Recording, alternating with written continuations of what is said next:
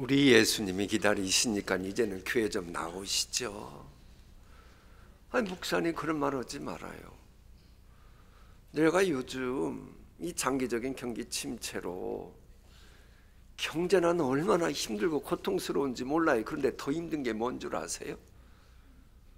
아니, 하나님이 시퍼렇게 살아계시다 그러면서 저렇게 못된 인간 경제적으로 어려움 겪지 않잖아요. 아니, 하나님이 살아계시다면 어떻게 저런 일이 있을 수 있어요? 삼라만상이 창조주의 전능하심 나타내고 세상 범사도 하나님이 주관하신다, 제가 믿고는 있어요. 아니, 그런데 어떻게 의인이 억울한 고난을 당해야 되고 죄 없는 사람이 저렇게 힘들고 어렵게 살고 못된 인간은 아니 저렇게 멀쩡하잖아요. 제가 이 문제 해결이 되면 교회 나갈게요. 여러분도 이런 얘기 종종 들어보셨죠? 순전하고 정직하게 살았던 욥은 왜 그 모든 고통, 이 역경의 태풍을 만나야 하고, 욥보다 순 엉터리로 살던 인간들은 욥처럼 저런 고난이 없으니 이거 어떻게 설명해야 되죠? 사실 이런 질문은 난제 중에 난제입니다. 제가 이거 썼는데 소리는 잘 들리죠?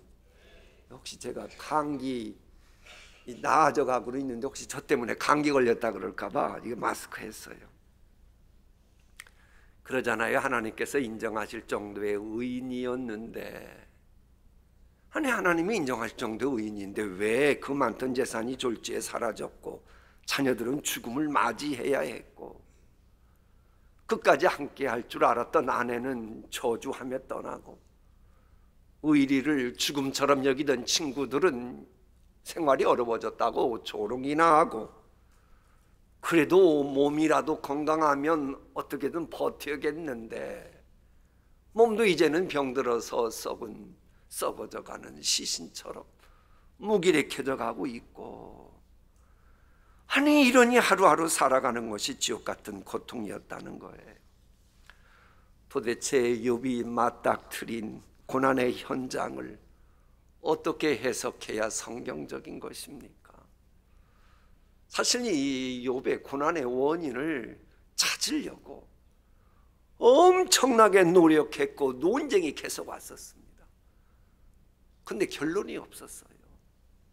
해답 찾지 못했어요. 그래 욥기 1장부터 계속 대부분 욥의 고난의 원인이 무엇인가 이 얘기만 계속하는 거예요. 그런데 아무런 결론을 찾지 못했습니다. 여러분, 욥과 논쟁했던 사람들은 당대 최고의 지성인이었고, 엘리바스 같은 경우는 특별히 영성의 대가였습니다. 영적으로 엄청난 사람이었습니다. 그런데 그들이 그렇게 논쟁했을 때 하나님에게 책만 받고 말잖아요. 차라리 내가 한 말도 무슨 말인지 모르겠다고, 참 부끄럽다고, 죄송하다고 회개하는 욥보다도 더 못된 인간들이 바로 그들이라고 말하거든요. 하나님의 말씀 볼까요? 욥이 대답하였다. 내가 말한 모든 것을 부끄럽게 여기며 뒷글과 철 가운데서 회개합니다. 그저 하나님께서 욥에게 하시던 말씀을 마치시고 욥의 친구로서 온 그 영성의 대가라고 하는 데마 사람 엘리바스에게 말씀하셨다. 나 여호와는 너와 너의 두 친구에게 분노를 금할 수 없다. 너희가 나에 대해서 말한 것이 내 종 욥의 말만큼 진실하지 못하다. 혹시 우리 가운데에 그 누군가의 고난과 역경에 대해서 함부로 말했던 분들이 계십니까? 코로나19 후유증으로 인해 어려움 당하고 있는 어떤 분이나 어떤 가정이나 어떤 공동체에 대해서 마치 무엇인가 대단히 아는 것처럼 함부로 말했던 분들 계십니까? 그분들 빨리 회개해야 돼요. 그 죄는 본문처럼 여호와께서, 세주간자 여호와께서 분노를 참지 못할 만큼 끔찍한 죄악을 범했기 때문입니다. 그 죄악부터 빨리 청산하고 새해를 맞이해야 합니다. 생각해 보십시오. 지금 코로나19 후유증과 같은 혹은 장기화된 경제 불황으로 힘들어 고통스러워서 어쩔 줄 몰라 하고 있는데, 그런 사람을 위로하고 격려해 주지는 못할 망정 도리어 상처난 곳에 당신은 이래가지고 요래가지고 그렇다고 상처난 곳에 소금 뿌려야 되겠습니까? 하나님이 그런 사람 좋아하시겠습니까? 요즘 적지 않은 교인들은요, 힘들고 어려운 일이 있으면 입을 딱 닫아버립니다. 그냥 상식적으로는 같은 교회 지체니까 힘들고 어려울 때 같은 지체들에게 이야기해서 중보기도 해주기를 바라는 게 이게 상식인데 안 해요. 왜 하는 줄 아세요? 힘들고 어렵다고 중보기도 해달라고 그러면 기도해 줄 생각은 안 하고, 그 사람 그럴 줄 알았어. 그때 나를 쳐다볼 때 보니까 눈이 옆으로 확 돌아가고 쳐다보는데 그럴 줄 알았어. 그리고 무슨 복 받을 생각을 해. 이러면서 입방아 찢는 것 때문에 힘들고 어려워서 고통스러워서, 그것 때문에 이중 삼중으로 고통스러워서 입을 딱 다문다는 거예요. 교회 중직자의 부인이 암말기 환자로 진단이 내려졌어요. 그래도 이분은 순수하게 기도해달라고 중보기도 요청했습니다. 그런데 바로 앞집에 사는 권사님인지 권사 작자인지 이럴 때는 내가 어떤 용어 써야 될지 모르겠어요. 그 인간이 하는 말이, 당신 기도 안 해서 그런 거예요. 당신이 좀 더 열심히 냈더라면 당신 안에 이렇게까지 도졌겠어? 이렇게 말하더라는 거예요. 그러니 참 아내가 암말기 환자인 것도 지금 힘들어 죽겠는데 그런 소리 들으니 더 고통스러운 거예요. 고난의 현장에 있는 욥을 찾아와서 욥의 믿음의 허점을 찾으려고 혈안이 되어 있는 그 세 친구들, 하나님이 그런 사람들을 어떻게 봐줘요? 그러니 분노를 금할 수 없다고 책망하시는 거 아닙니까? 여러분, 욥기를 관통하고 있는 중요한 메시지 가운데 하나가 뭔 줄 아십니까? 인생을 주관하시는 하나님은 우리 인간들이 제대로 이해할 수 없고 예측할 수 없는 분이라는 거예요.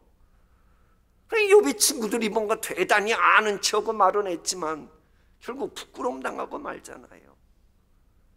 여러분, 고난의 현장에 있을 때 해답은 논쟁에 있지 않고 말씀에 있는 것입니다. 자꾸 누가 힘들고 어려울 때 논쟁에서 문제 풀어가려고 하지 마세요. 답 나오지도 않아요. 하나님 말씀에 답이 있는 거예요.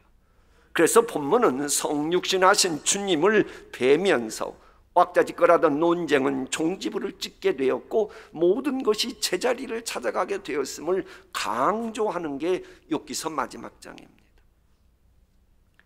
그래, 우리 가운데 고난의 현장에서 힘들어하는 분이 계시다면 자꾸 힘든데 여러분을 더 힘들게 했던 남의 말에 그만 신경 끄세요. 그걸 신경 쓰게 하는 거, 그거 성령 역사하는 게 아니고 마귀 역사하는 거니까. 마귀 역사하는 것까지 일일이 여러분이 챙겨야겠어요? 그거 잊어버리세요. 그러면 그거 가지고 히스기야처럼, 하나님 제가 힘들어서 고통스러운데 또 이런 얘기 들었네요. 하나님 받아주시옵소서. 그리고 저를 긍휼히 여기시고 말씀하시옵소서. 길을 보여주시옵소서. 그러면 순종하겠나이다. 그럼 하나님이 인도하시고 하나님이 인도하시는 그 은총이 무엇인지 깨닫게 돼요. 물론 힘들고 어려운 사람에게 고통을 안기는 사람들의 말은 나름대로 일리는 있습니다. 그러나 일리가 있다고 진리는 아닙니다. 그래, 본문에서 욥을 공격하는 세 친구들은 중심에 엄청난 진리, 심은 대로 거둔다고 하는 진리가 딱 포진되어 있었어요.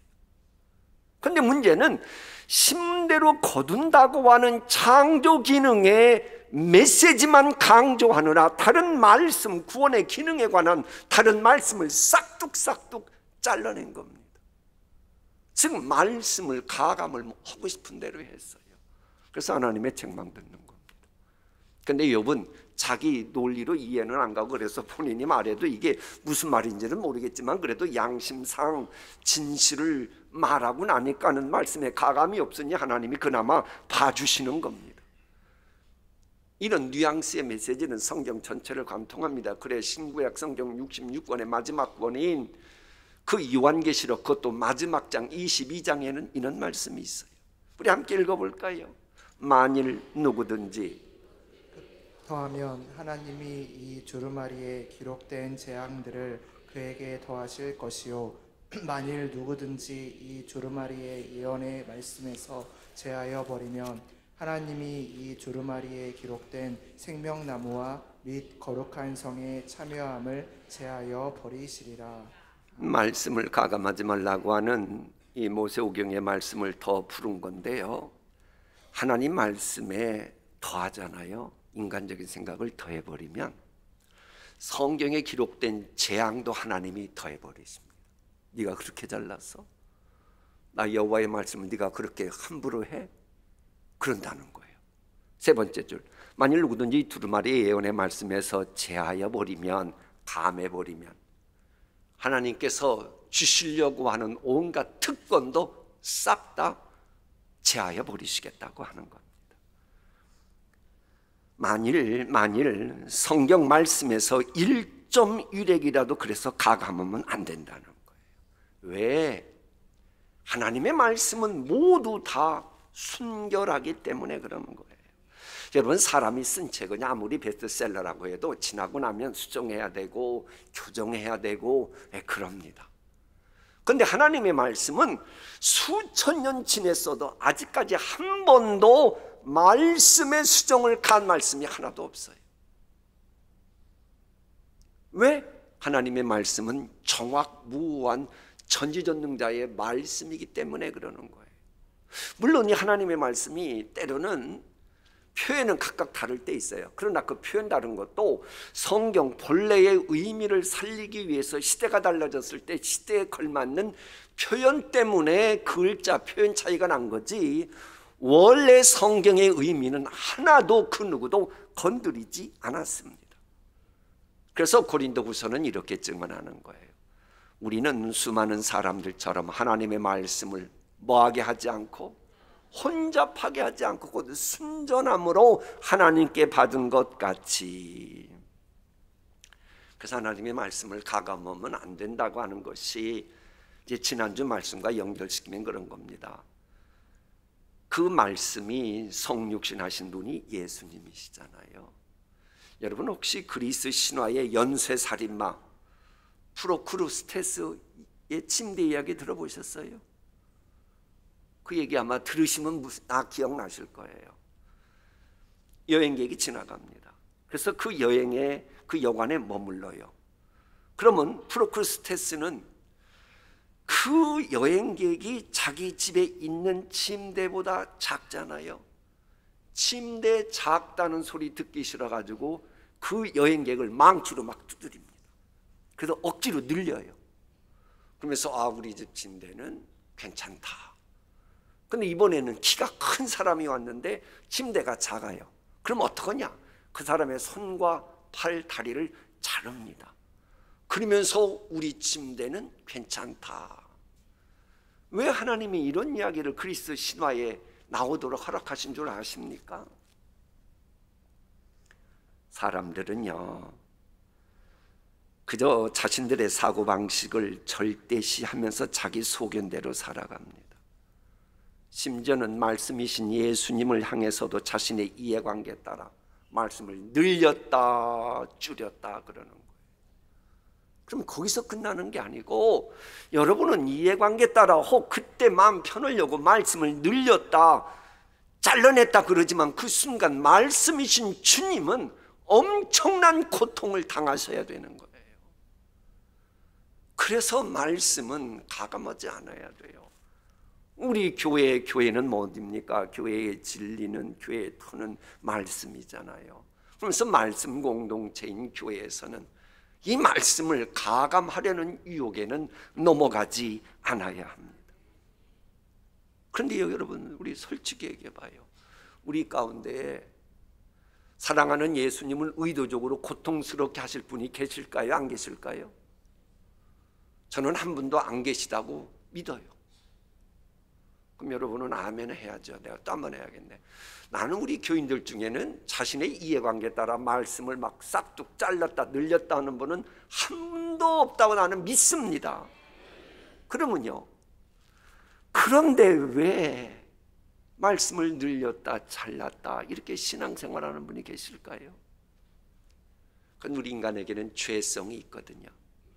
그런데 이 죄성 있는 데다가 체험적인 신앙이 안 되면 순간 죄성을 이기지 못해가지고 말씀을 늘렸다 잘랐다 하는 겁니다.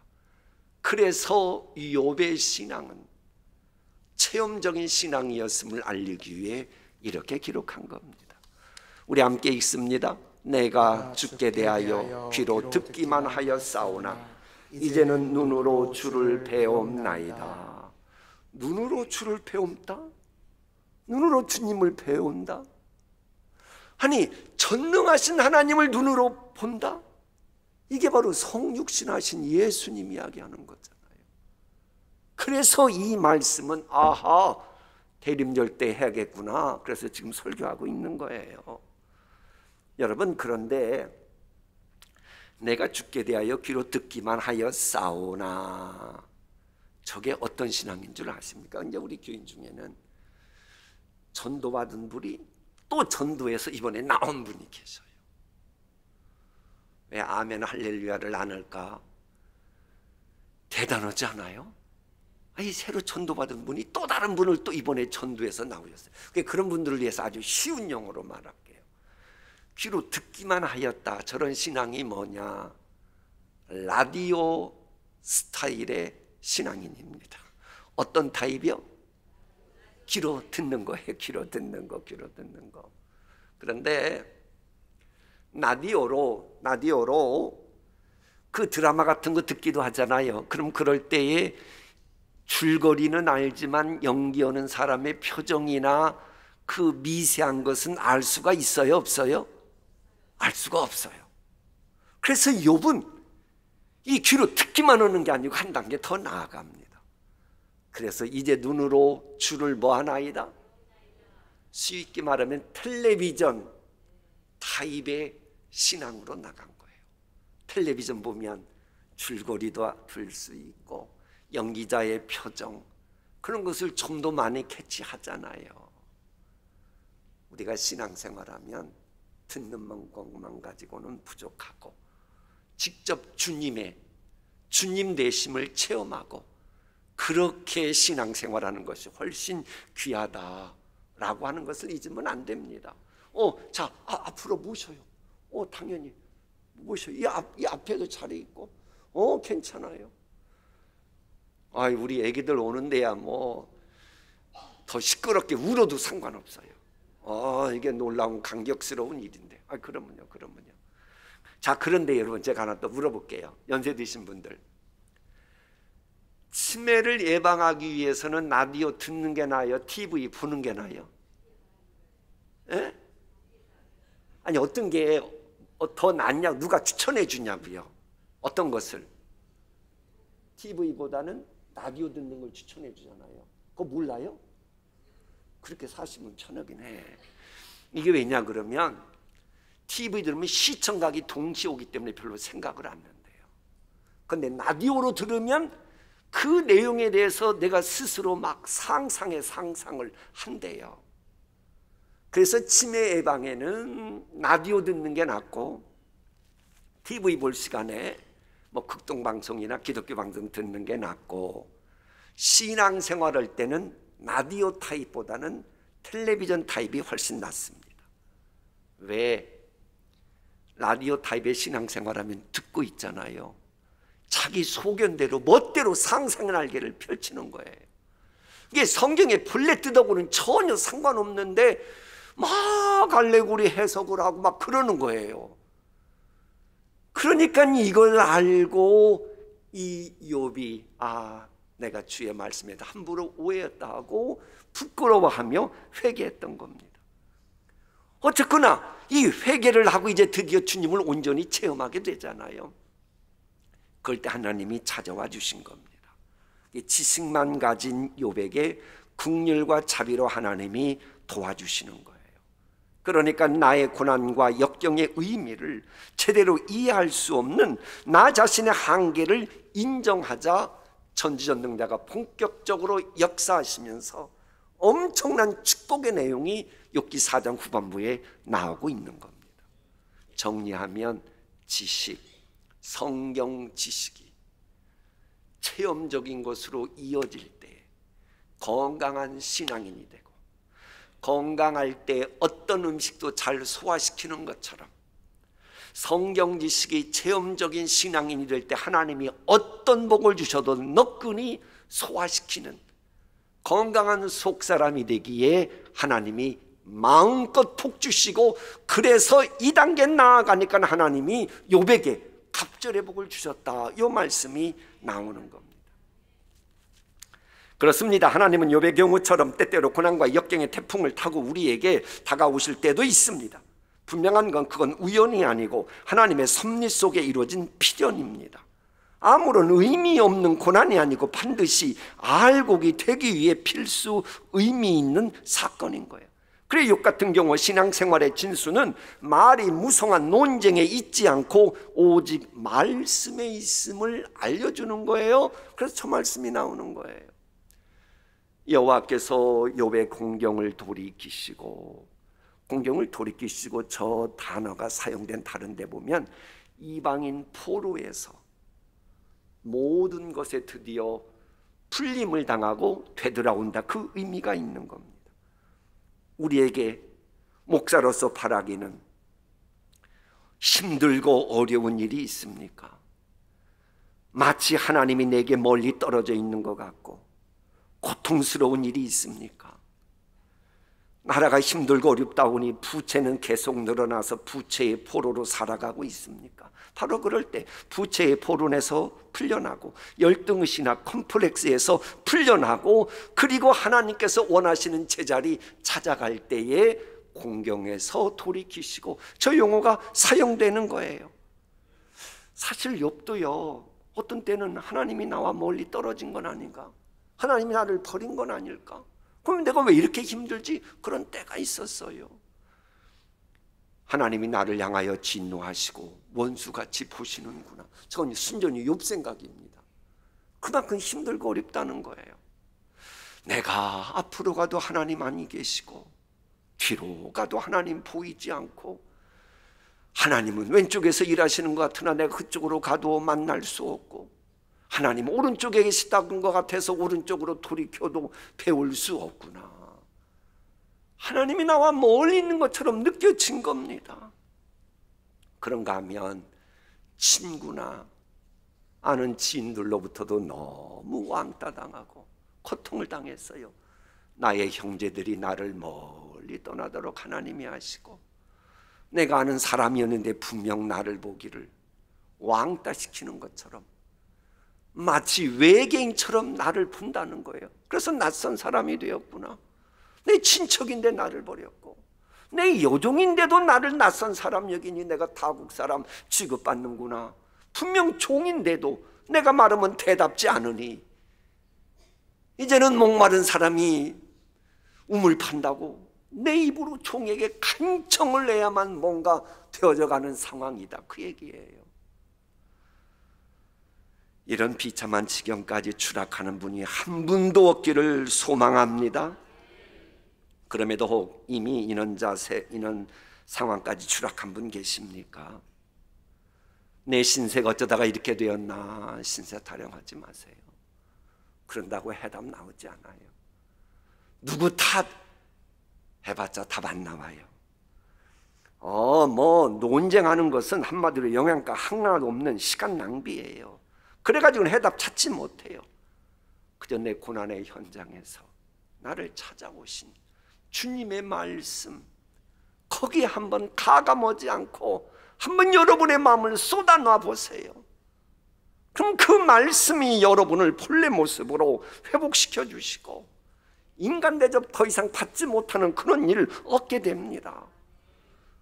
그러니까 하나님은 건강도 챙겨주시고 물질적인 축복도 주셔요. 우리가 조금의 이 찬송 후에 이제 201장 찬송할 것입니다만은 그 찬송 내용이 그래요. 말씀이 참으로 사람 되신 하나님 1절, 그런 다음에 이것이 내가 세상 사는 동안 빛의 역할을 하고 등대 역할을 하고 교회도 그러고 그런 내용이거든요. 그럼 그렇게 하려면 하나님이 저렇게 욥처럼 주신 복을 감당해야죠. 욥의 그의 친구들을 위하여 기도할 때에 여호와께서 욥의 공경을 돌이키시고 여호와께서 욥에게 이전 모든 소유보다 갑절이나 주신지라. 여호와께서 욥의 말년에 욥에게 처음보다 더 복을 주시니 그가 양 14,000과 낙타 6,000과 소 1,000결이와 암낙이 1,000을 두었고. 그냥 그럼 저 때는 무슨 뭐 주식 투자해가지고 뭐 비트코인 같은 게 없던 시대니까 하나님이 저렇게 복을 쏟아부어 주시려고 그러면 짐승이었어요. 근데 짐승이 저렇게 되려면 그저 되나요? 환경, 여건, 땅, 기후 모든 것을 하나님이 종합 비타민식으로 다 알아서 조복 주신 겁니다. 뿐만 아니라 사회적인 명예까지 회복시켜 주십니다. 이에 그의 모든 형제와 자매와 이전에 알던 이들이 다 와서 욥의 집에서 욥과 함께 음식을 먹고 여호와께서 욥에게 내리신 모든 재앙에 관하여 욥을 위하여 슬퍼하며 위로하고 각각 캐시트 하나씩과 금고리 하나씩을 주었더라. 그전에는 욥만 보면 무슨 외계인 취급하던 사람들이 하나님 은총 베푸시려고 하니까는 그들의 마음이 통해가지고 욥에게 와서 당시 고유 화폐했던 캐시트 하나씩 주고 금꼬리 하나씩도 주면서 위로해주고 그랬다는 거예요. 이게 다가 아니에요. 장수의 축복도 주십니다. 그 후에 욥이 140년을 살며 아들과 손자 4대를 보았고 욥이 늙어 나이가 차서 죽었더라.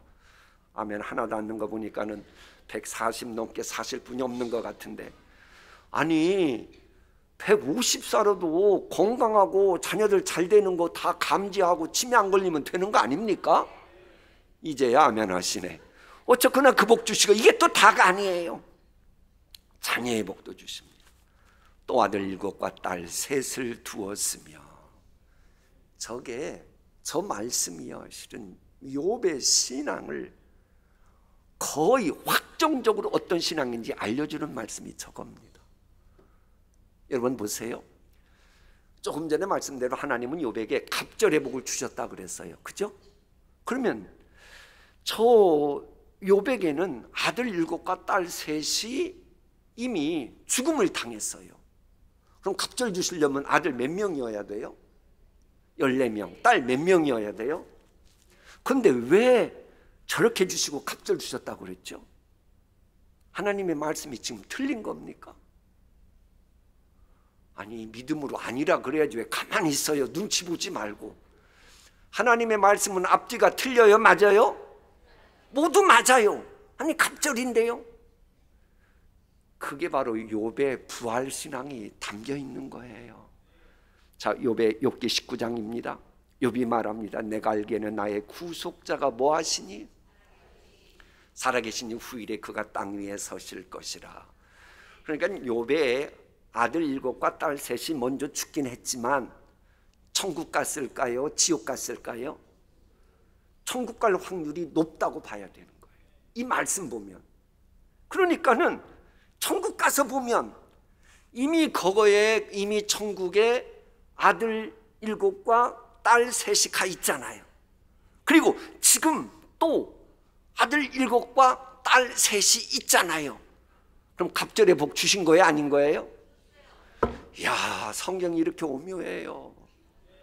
이렇게 성경이 오묘하니 주의 말씀 가감하지 말고 그대로 받아들이므로 욥이 누렸던 것과 같은 내세와 금생에 복 받는 것은 물론이고 여러분들 역시도 회복의 은총과 부흥의 은총을 듬뿍 입는 새해가 되기를 축복합니다. 기도하십니다.